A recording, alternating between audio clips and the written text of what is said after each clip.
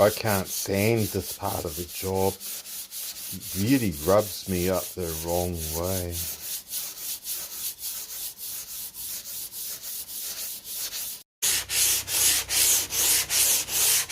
I'm still standing. Yeah, yeah, yeah. Welcome back to the lab. Today I've spent almost the entire day, apart from going rescuing a neighbour with a broken car. It was easy enough. Hondas. Today I've spent almost the entire day on the Bonnet. It's relatively early in the afternoon. I'm not going to fess up what time it is, because that'll open myself up to criticisms from all the internet expert painters out there. Let's have a look. If we stand right back here and you guys watch this on a cell phone screen instead of a 56-inch plasma screen TV at home on HD, that'll look pretty good. If we get much closer, it starts showing all the defects that we are not worried about. Some of it is okay-ish, but you'd never want to have it on a show car or anything like that. And some of it's got pinholes. I'm not sure. Yeah, there you go. You can see all the pinholes. But it's better than what it would have been if I hadn't done any prep work at all. I did some, not as much as what it really needs to make this an immaculate work of art. Probably another couple of hours and it would be. As discussed earlier, seeing as it's going on the front of this bed, it's a bed apparently, this thing, and it's mostly red with the fumes. Yeah, definitely a little bit fun for a Friday. No, I'm joking. I've been wearing a mask, double high even. The bonnet's going to get basically wrapped red, and what I think I might do is get them to print a wrap for it so that it's all one piece and includes some sponsors' logos and everything all integrated into our ready, whatever it is, drippy, blendy, silvery thing that goes on the car. This other stuff that we can see. This sort of thing. This is just me with a knife, actually. We need a new front bumper on there, but we'll do that all at the same time. In fact, I better crack on with this or I'm going to run out of time. But somewhere over yonder is the original bonnet, and we've got a logo here and a couple of logos there, and they are just stickers stuck on top of the vinyl wrap type stuff. So if we do that all in one big integrated thing, it'll look quite cool. And now I keep thinking that there that's hanging on the wall there, that should be carbon fibre. That only weighs 800 grams or something, or a kg or something like that. So we'd only save 400 grams or something out of the car, and it'll take 2 days to make it probably. Well, actually, no, it won't take that long, but it'll take time, you know. Anyway, I've got my clear coat mixed up there. That needs to go on there. That's flashed off. It'll be shiny then and smooth enough for the wrap to stick, and that's all we really want. I've got to make 2 brackets to go under where these other hood clamps, clips, pins, latches, where they go, and we can take the big heavy steel hinges that are underneath. These hinges here, that's a hinge, see? And that's very heavy, actually. Very heavy. I'll be interested to weigh that. Okay, painting time. Mask on, paint. Ta-da! Shiny? Yep. The right colour? Yep. Lighter than the original bonnet? Yep. See, it is shiny. It's reflecting those other lights and making the phone go spaz. So, perfect job? Nah. Suitable for the front of a race car? Maybe a cheaper race car. That's maybe not really a cheap race car anymore, but it's alright. It'll be fine, and especially with a little bit of a cut and polish to get rid of any insects that are going to go in there. We've got lots of insects. There's a spider, hang on. There's a spider hanging off the phone. That's how many insects are in here, and we're not going to worry about that. That'll be dry in a couple of hours and they won't be able to stick to it anymore. And I'll throw it on the front of the car and it'll look great. Those lights wreak havoc with this phone.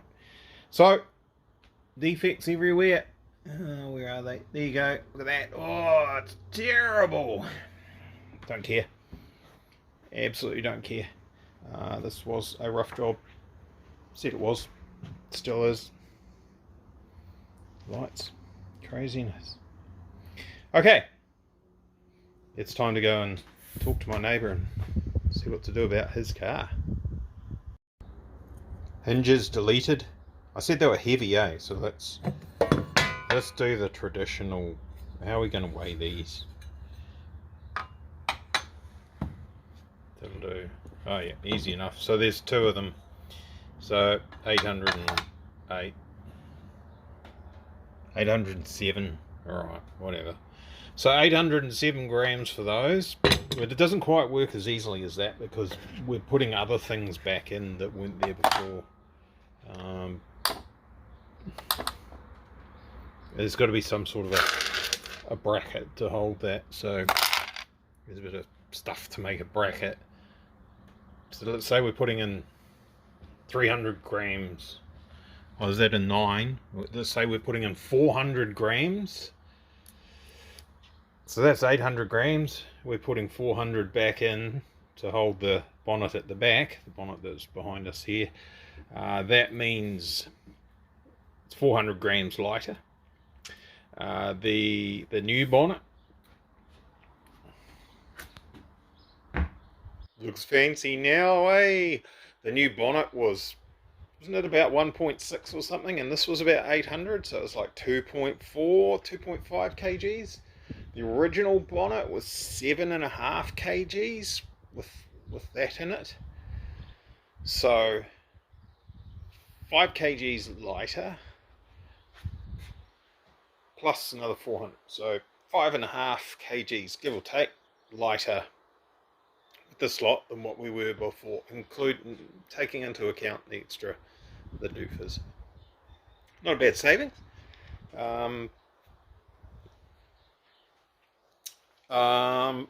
Of course, we've taken 5.5 kgs out of the front, and the car was quite well balanced, a little bit heavier on the back. So we're going to have to go talk to our good mates at Luxshore Fiberglass and figure out how we're going to take 5.5 kgs out of the back. I can make a new boot. That's, I mean, the actual boot part of it, that's not hard, right? I can do that. I'll probably do a slightly better job this time. Maybe I should get vacuum bag and everything and do it properly to prove that I can. Wasted time. Or figure out some other way to, what I need to worry about is attaching the spoiler. Now the spoiler would be pretty easy to make a new spoiler out of carbon fibre. And this one weighs whatever it says on that little piece of masking tape I've forgotten. 6.1 kgs. I reckon you can make a 2 kg carbon fibre spoiler piece of cake. It would be Monto Ulno strong, very, very, very strong. And would be 4 kgs lighter. And as someone pointed out, it is quite high up off the ground, so that would probably help with the handling of the car significantly.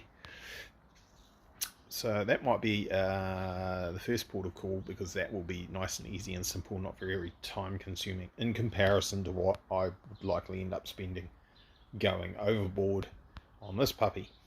Alright, it's late. It's still daylight. It's late enough for a Friday. It's knock-off time. We've got to go inside. Next week should be reasonably exciting. We've got the dyno tuning coming up at some point. Whether it's Monday, Tuesday, Wednesday, we'll figure that out as we go. Quite a bit to deal with there. We've got to set up our new Link Extreme G4X. There's all the fine-tuning to do there. The thing is, well, it was the other day. Whether I've broken it or not, we'll find out. Was running. We'll find out. But there's a lot of differences in the way that ECU works and thinks. It's a lot faster than the G4 Plus, so there's quite a bit of fiddling to do with the tune. You can't necessarily just swap tables over from a G4 Plus into a G4X and have a tune that's good.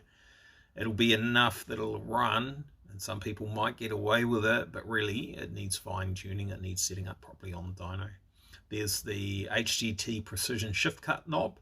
We need to do the basics on getting that right. The rest of it has to be set up on track. So that takes some test time. When and where we can do that, I'm not sure. We'll figure that out once we know the car's good to go and ready to go. There's confirming that the drive line is going to be fine. It should be balanced drive shaft and all that sort of carry on, but we can't load it up here at home. We can't run it at high RPM here at home. We'll just annoy all the neighbours, so it has to be done elsewhere on Dyno. So any issues there, they will show up straight away, and the first thing you do is back off out of it. If you've got driveline vibrations, you don't push through and keep tuning. You will explode things, and that's bad, bad, bad, bad. So hopefully we're fine there. The drive shafts actually have better angles than what they had in the previous setup. And the previous setup, although it wasn't perfect, was okay. It was certainly better than universal joints, which definitely showed their weak points in this particular vehicle some time ago. We've got our new Pulsar turbos on there, the GTX 2860Rs. They should be an improvement over the Garrett GT 2860Rs that we had on there, so that'll be interesting to see how that goes. You can see quite clearly there the original inlet manifold that's still on there. I've not done anything with that. I keep looking at it and thinking now's the time to do it, but I need to make sure I have enough time to do that properly, and we may or may not have enough time. I certainly have enough materials and gas and welding rod and all that sort of carry on. Perhaps this weekend I should get that done, although that's kind of cheating and upsetting the comparison between the Garrett turbos and the Pulsar turbos. But really, we're not about that, really. It's just we want to make the car go better, right? We want to make it go as good as it can, so maybe I should crack on with the manifold this weekend. Also, it's got the stronger inlet, it's got the stronger valve springs in there, the Tomy, I think they are, valve springs in there. We were seeing what we suspected to be valve float at high boost and high RPM. We should not have that now. That should help make more power. So I think our PB for the horsepower at the hubs, 440 something kilowatts at the hubs. So we'll just see how it goes. If we can make the same power at less boost, we may start with that. It might get wound up on the dyno to see what it'll do, and then backed off, because I've got a fair bit to deal with. The car's 60 kg, 70 kg lighter than what it used to be. It will be a bit different to drive, and it certainly will be different to drive with the sequential gearbox. So starting off with slightly lower powers, probably not a bad idea, and then get into it as I get used to it and improve my ability to deal with everything else that's going on. Right, that's enough. Thanks for watching. See you tomorrow. Bye.